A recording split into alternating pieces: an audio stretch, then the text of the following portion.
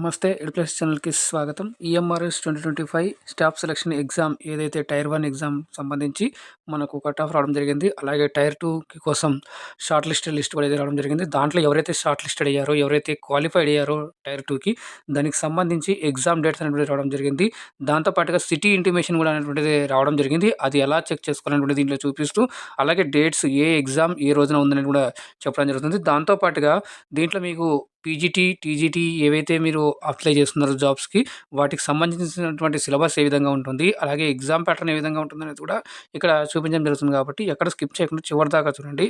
అప్పుడే మీకు ప్రతీదీ అర్థమవుతుంది. ఇంకేమైనా డౌట్ ఉన్నట్లయితే కింద కామెంట్ చేయండి. దానికి సంబంధించిన మీకు రిప్లై అనేటువంటిది ఇవ్వడం జరుగుతుంది. దాంతో పాటుగా లైక్ చేయండి, షేర్ చేయండి. ఫస్ట్ టైం చూస్తున్నట్లయితే ఛానల్‌ని సబ్స్క్రైబ్ చేసుకొని పక్కన ఉన్న సింబల్‌కి ఆల్ అని సెలెక్ట్ చేసుకోండి. అప్పుడే నేను చేసే ప్రతీది కూడా మీకు మొదటగా నోటిఫికేషన్ రూపంలో అయితే వస్తుందండి.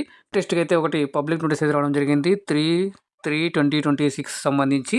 దీనికి సంబంధించి పబ్లిక్ నోటీస్ ఏదైతే ఉందో EMRS short listed for tier 2కి ఎవరైతే వచ్చారో దానికి సంబంధించి ఎగ్జామినేషన్స్‌కి సంబంధించి మనకు సిటీ ఇంటిమేషన్ అనేది రావడం జరిగింది. ఇక్కడ మీరు చూడొచ్చు. దానికి సంబంధించి ఎలా చెక్ చేసుకోవాలి అన్నట్లయితే గనక మీకు ఇక్కడ ఒక లింక్ అనేటువంటిది ఇవ్వడం జరిగింది. సో, ఈ లింక్ ద్వారా మీరు క్యాండిడేట్స్ ఏవైతే ఉన్నారో మీ యొక్క రిజిస్ట్రేషన్ నంబర్ వీళ్ళొక నంబర్ ఇచ్చారో ఆ నంబర్ స్టార్టింగ్ అయ్యే దగ్గర నుంచి మీరు ఇచ్చేసి మీరు ఏదైతే పాస్వర్డ్ క్రియేట్ చేసుకున్నారో ఆ పాస్వర్డ్ ఇక్కడ ఇచ్చారు చూడండి. ఈ స్టార్టింగ్ నెంబర్ నుంచి మీరు ఈ నెంబర్ స్టార్ట్ అయ్యేదాంతో మీరు నెంబర్ అక్కడ రిజిస్ట్రేషన్ నెంబర్ దగ్గర ఇచ్చేసి తర్వాత మీరు ఏదైతే పాస్వర్డ్ సెట్ చేసుకున్నారో అప్లై చేసేటప్పుడు ఆ పాస్వర్డ్ అనేటువంటిది ఇక్కడ సెట్ ఇచ్చిన తర్వాత మీరు అక్కడ లాగిన్ అయితే కనుక మీకు ఎగ్జామ్ అనేటువంటిది వస్తుంది. అయితే ఇందుకు సంబంధించి పూర్తి డీటెయిల్స్ అంటే ఏ రోజున మీకు ఎక్కడ సెంటర్ ఉంటుంది, ఆ సిటీలో ఎక్కడ సెంటర్ ఉంటుంది అనేటువంటి డీటెయిల్స్ మీకు ఒక 2 డేస్ ముందైతే ఇవ్వడం జరుగుతుందని చెప్పేసి ఇక్కడ మనకి ఇవ్వడం జరిగింది. చూడండి ఇక్కడ బిఫోర్ 2 డేస్ అని క్లియర్‌గా మనకి ఇచ్చారు. సో, ఇక్కడ చూసినట్లయితే ఇది మనకి 2 డేస్ ముందైతే మీకు డీటెయిల్స్ అన్నీ కూడా ఇంకా క్లారిటీగా వస్తాయని చెప్పేసి అంటున్నారు. సో, ఇప్పుడు మనం దీని ద్వారా క్లిక్ చేయగానే మనకు డైరెక్ట్‌గా లింక్‌లో అనేటువంటిది వెళ్ళిపోతుంది. ఒకసారి మనం అది కూడా చూసేస్తే మీకు ఐడియా అనేటువంటిది వస్తుంది. చూడండి లింక్ మీద క్లిక్ చేస్తున్నాను. ఇది నేను మీకు కింద టెలిగ్రామ్ ఛానల్ కూడా పోస్ట్ చేస్తాను. ఆ టెలిగ్రామ్ ఛానల్ లింక్ కింద డిస్క్రిప్షన్ బాక్స్‌లో ఇచ్చాను. అక్కడి నుంచి మీరు డైరెక్ట్‌గా ఇలా అయితే చూసుకోవచ్చు. ఇలా లింక్ క్లిక్ చేయంగానే మీకు ఇక్కడ వస్తుంది చూడండి. క్లియర్‌గా వాళ్ళే ఇచ్చారు. మనకు 2599 అనేటువంటి నంబర్‌తో స్టార్ట్ అయ్యేటువంటి రిజిస్ట్రేషన్ నంబర్ ఏదైతే ఉంటుందో అది ఇక్కడ మీరు ఎంటర్ చేయాలి. ఎంటర్ చేసిన తర్వాత మీరు క్రియేట్ చేసుకున్నటువంటి పాస్వర్డ్ ఇక్కడ ఇచ్చేసిన తర్వాత ఇక్కడ సెక్యూరిటీ క్యాప్చర్ అవుతుంది చూడండి. 7HY555 సంథింగ్ ఉంది కదా! సో, ఇది ఇక్కడ మనకి ఇక్కడ ఎయాల్సి ఉంటుంది. ఈ దాంట్లో ఏసిన తర్వాత మీరు సబ్మిట్ అంటే మీకు సిటీ ఇంటిమేషన్ అనేటువంటిది వస్తుంది. సో, తర్వాత మళ్ళీ అది అయితే ఫైనల్ కాదు. మళ్ళీ మీరు ఎగ్జామ్‌కి 2 డేస్ ముందర మళ్ళీ హాల్ టికెట్ అనేటువంటిది డౌన్‌లోడ్ చేసుకోవాలి. ఇది మీరు గుర్తుంచుకోవాలి. అలాగే ఇప్పుడు మనం ఎలా ఇక్కడ ఎగ్జామ్ డేటు అంటే ఏ ఎగ్జామ్ ఏ రోజున ఉంది, ఏ షిఫ్ట్‌లో ఉంటుంది అనేటువంటిది ఇప్పుడు చూద్దాం. తర్వాత సిలబస్ ఏ విధంగా ఉంటుంది, ఎగ్జామ్ ప్యాటర్న్ ఏ విధంగా ఉంటుంది అనేటువంటిది మీకు నేను చెప్తాను. మనకి 25 ఫిబ్రవరి 2026 మనకి నోటీస్ అయితే రావడం జరిగింది. ఇందులో మరి ఈఎస్ఎస్‌సి 2025 దాంట్లో ఎవరైతే result out of tier 1 examination ఎవరైతే షార్ట్ లిస్టెడ్ అయ్యారో వారికి సంబంధించి ఎప్పుడు ఎగ్జామ్ ఉండబోతుందని చెప్పేసి ఇక్కడ మనకి క్లియర్‌గా అయితే ఇవ్వడం జరిగింది. ఇక్కడ మీకు స్క్రీన్ మీద కూడా డిస్ప్లే చేస్తాను. ఇక్కడ మీరు దీని స్క్రీన్ షాట్ కూడా తీసుకోవచ్చు. ఏ రోజున మీకు ఏ ఎగ్జామ్ అనేటువంటిది కూడా ఇక్కడ నుంచి అయితే మీరు చూసుకోవచ్చు. ఫస్ట్ చూసుకున్నట్లయితే ట్రైన్డ్ గ్రాడ్యుయేట్ టీచర్‌కి సంబంధించి 22 మార్చ్ 2026న ఫోర్‌నూన్ అంటే మార్నింగ్ ఉంటుందండి. తర్వాత అదే రోజున post graduate teacher 22 March 2026 afternoon సెషన్‌లో అయితే ఉంటుంది. దాని తర్వాత ఫీమేల్ స్టాఫ్ నర్స్ అని ఏదైతే ఉందో అది మనకి 23 మార్చ్ 2026 ఫోర్‌నూన్ అంటే మార్నింగ్ ఉంటుంది. తర్వాత ప్రిన్సిపల్ పోస్టులకు సంబంధించి అదే రోజు అంటే 23 మార్చ్ 2026న ఆఫ్టర్‌నూన్ అనేటువంటిది ఉంటుంది. తర్వాత అకౌంటెంట్‌కి సంబంధించి 23/3/2026న ఆఫ్టర్‌నూన్ ఉంటుంది. మళ్ళీ హాస్టల్ వార్డెన్ చాలా మోస్ట్‌గా అడుగుతా ఉంటారు ఇది. 24 మార్చ్ 2026న మార్నింగ్ సెషన్‌లో అయితే ఈ ఎగ్జామ్ అనేటువంటిది ఉంటుంది. తర్వాత జూనియర్ సెక్రటేరియట్ అసిస్టెంట్ 24 మార్చ్ 2026న ఆఫ్టర్‌నూన్ అనేటువంటిది ఉంటుంది. తర్వాత ల్యాబ్ అటెండెంట్ అనేటువంటిది 25 మార్చ్ 2026న మనకి మార్నింగ్ సెషన్‌లో అయితే ఇక్కడ మనకి ఉంటుందని చెప్పేసి క్లియర్‌గా మనకి డేట్స్ అనేటువంటిది ఇచ్చారు.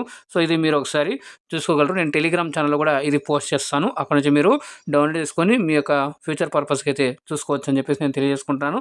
ఇక్కడ నేను మీకు టీజీటీకి సంబంధించింది ఇక్కడ చెప్తున్నాను. సేమ్ ఇదే ఎగ్జామ్ ప్యాటర్న్ ఏవైతే ఉంటుందో అన్ని మిగతా ఎగ్జామ్స్ కూడా ఇదే ఉంటుంది. ఇది టైర్ 1 ఎగ్జామ్ సంబంధించి ఉంది. దాని తర్వాత మనకి టైర్ 1లో ఎవరైతే షార్ట్ లిస్టెడ్ అయితారో వారికి సంబంధించి కింద మనకి టైర్ 2లో ఏ విధంగా అంటే 1:10 ప్రకారంగా అయితే టైర్ 2ని తీయడం జరుగుతుందని చెప్పేసి ఇందులో క్లియర్‌గా మనకి సెలక్షన్ అనేటువంటిది చేసుంటారు. టైర్ 2కి only candidates who will be short listed for the ratio of 1:10 క్లియర్‌గా మనకి ఇక్కడ ఇచ్చారు చూడండి. ఇది మనం చూసుకోవాలి. 1:10 ప్రకారంగా మనకి అయితే రావడం జరిగింది. చాలామంది కూడా కట్ ఆఫ్ అనేటువంటిది వెయిట్ చేస్తుంటారు. సో మీరు ఒకసారి చెక్ చేసుకొని మీరు క్వాలిఫైడ్ అనేది గనుక మీరు ఇంక టైర్ 2 గురించి బాగా ప్రిపేర్ అయిపోండి. అయితే ఇందుకు సంబంధించి ఎగ్జామ్ ప్యాటర్న్ మనకి ఇక్కడ ఇదే ఇచ్చారు. సేమ్ ఆల్మోస్ట్ అన్నిటికి సార్ టైర్ 2కి మరి సిలబస్ ఏ విధంగా ఉంటుంది, మరి అన్నీ చదవాలనా లేకుంటే ఓన్లీ సబ్జెక్ట్ అంటే ఇక్కడ మనకి క్లియర్‌గా అయితే ఇచ్చారు చూడండి. అదేమని ఇచ్చారంటే సబ్జెక్ట్ స్పెసిఫిక్ అని ఇచ్చాడు. అంటే సబ్జెక్ట్ స్పెసిఫిక్ అంటే మనకి మీరు ఏ పోస్ట్‌కి అప్లై చేసుంటారో, ఏ సబ్జెక్ట్‌కి అప్లై చేసుంటారో దానికి సంబంధించి అనమాట. ఇక్కడ నెంబర్ ఆఫ్ క్వెషన్స్ అనేటువంటిది ఇక్కడ ఆబ్జెక్టివ్ వచ్చేసి 40 ఉన్నాయి. డిస్క్రిప్టివ్ 15 ఉన్నాయి. ఇక్కడ 40 ఉంది ఆబ్జెక్టివ్, 15 డిస్క్రిప్టివ్. టోటల్ ఎన్ని ఉంటాయంటే 55 క్వెషన్స్ అనేటువంటిది ఉంటుంది. అయితే ఇక్కడ 40 ఆబ్జెక్టివ్ ఉన్నాయి కదా! 40కి 40 ఉంటుంది. కానీ ఇక్కడ 60 అనేటువంటిది ఇచ్చారు. అంటే ఒక డిస్క్రిప్టివ్‌కి 1/4 ఇక్కడ మనం చేస్తే 15/4 = 60 మార్క్స్ అనమాట. అయితే నెగెటివ్ మార్కింగ్ మనకు ఆబ్జెక్టివ్ వాటికి ఉంటుంది. అలాగే దేర్ విల్ బి ఇక్కడ ఇచ్చింటారు చూడండి మనకి ఇక్కడ. హాస్టల్ వాటికి సంబంధించి కూడా ఇక్కడ ఇచ్చారు.